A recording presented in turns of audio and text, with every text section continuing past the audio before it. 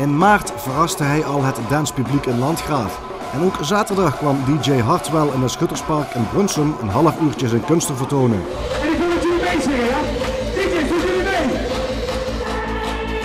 Ik wil dat jullie meezingen, mensen, jullie kennen allemaal dit lied!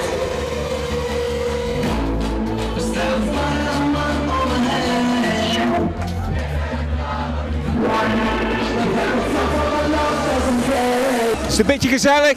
Ja, zeker. Ja, we amuseren ons goed.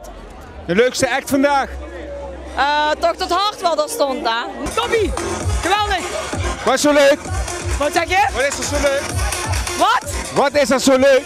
Gezellig! De mensen, topmuziekje!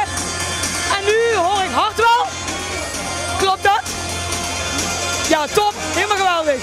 Waarom is Hartwell zo geweldig? Wat maakt hem zo goed?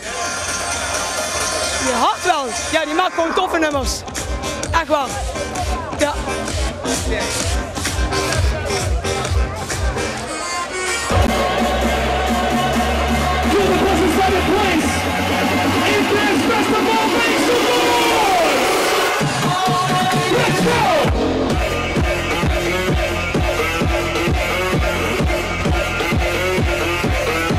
Niet alleen de bezoekers, maar ook de organisatie is blij met de komst van een van 's werelds beste dance DJ's. Zeker, dat zijn dromen die je als klein kind al hebt eigenlijk. In Landgraaf kwam hij als verrassing, nu ook? Ja, eigenlijk niet. We wisten het eigenlijk al van tevoren, maar we moesten het stil houden natuurlijk. Hoe krijgen jullie dat voor elkaar, zo'n grote naam hier naartoe halen?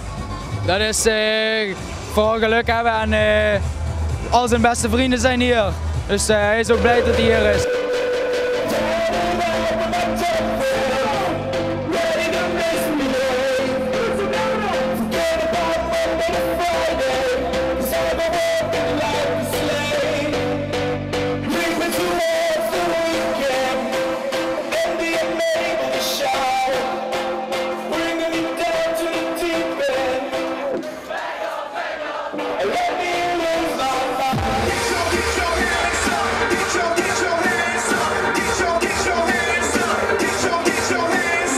Het Intens Festival trok zo'n 1200 bezoekers en de organisatie is daarmee heel tevreden.